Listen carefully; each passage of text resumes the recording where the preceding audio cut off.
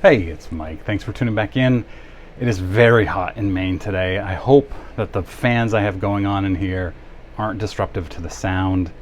Today I have quite a few things to go through.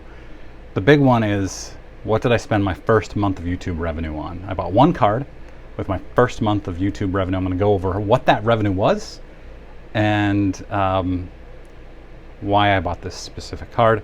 But I have several other pickups that I'm going to go through as well, and talk about a little strategy that I've employed this week to buy some really cheap rookie autographs.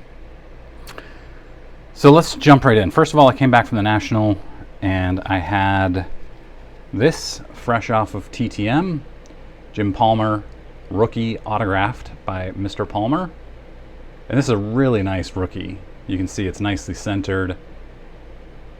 Really good. So I'm excited to add that to my Rookie Hall of Fame auto collection. I also had this Nico Cavadas Blue Sapphire rookie auto, first Bowman auto, I should say. This is, he's a big time masher in the Red Sox system. I'm a big Red Sox fan. Before the season, he was like their 29th best prospect. I've got to think he's higher than that now. I don't know how that gets decided, but we have some Navy planes going over today like crazy. I don't know if you can hear that, but it's unusual for us. So let's open up a couple of other packages. Let's see what else I've got. Shane McClanahan Topps Chrome rookie purple, numbered to 250. So McClanahan and Sandy Alcantara have quickly become my two favorite pitchers in Major League Baseball. Alcantara just pitched his third complete game of the year. There are 18 teams that don't have 3 complete games. So he's kind of a throwback pitcher. McClanahan is even more dominant. He's got like a strikeout and a half per inning. It's crazy numbers. Both these guys are young, talented, and cheap. So I actually, I got this one off of eBay. It was still cheap. But then my buddy Kevin reminded me about ComC. I don't really use ComC all that often, although I did have a pretty large credit on there from cards I've sold via ComC.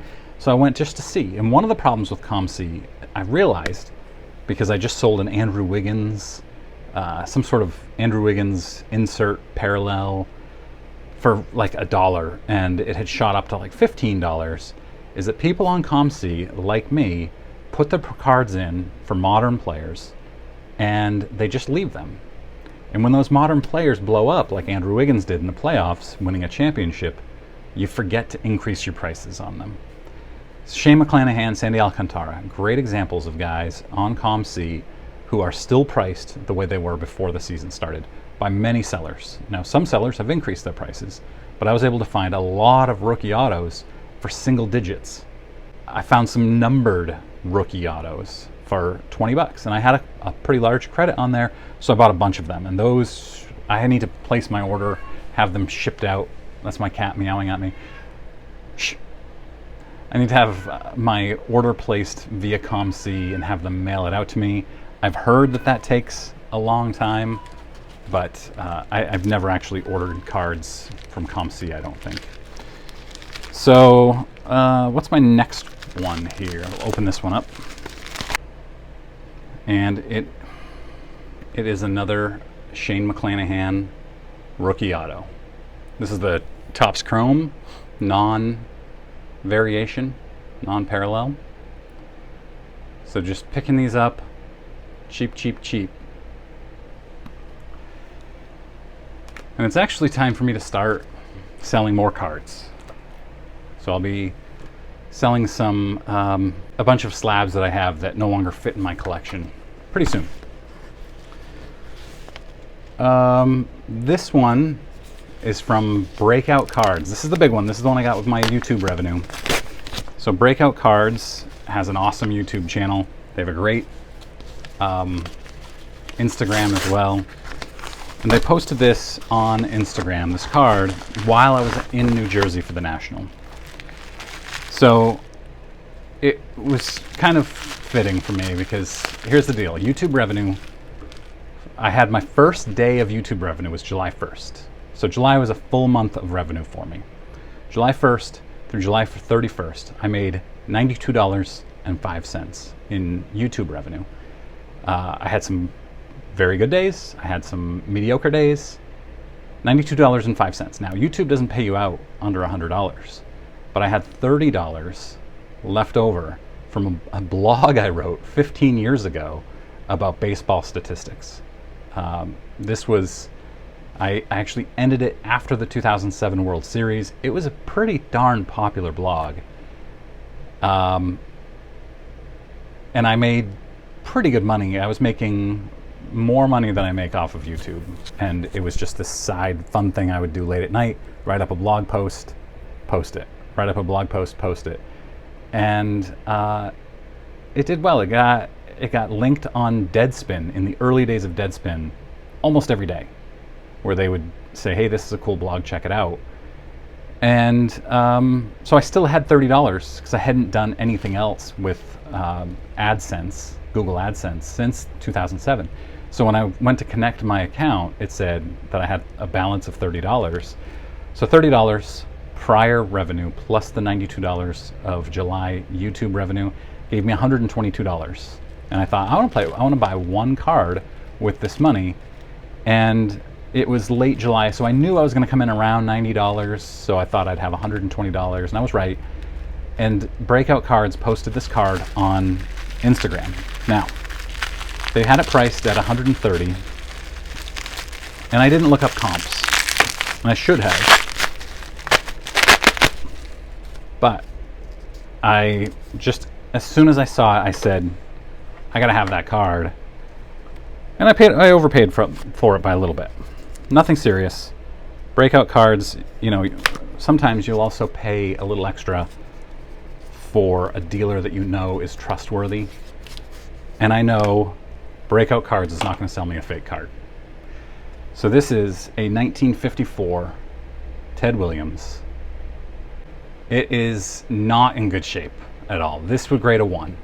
But for 120 bucks, I know it's real because Breakout Cards, Ryan Nolan of Breakout Cards, is an expert with fake cards.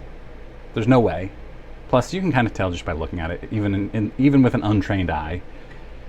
So Ted Williams, behind Yaz, Red Sox players from before my time. My time started in the mid-'80s.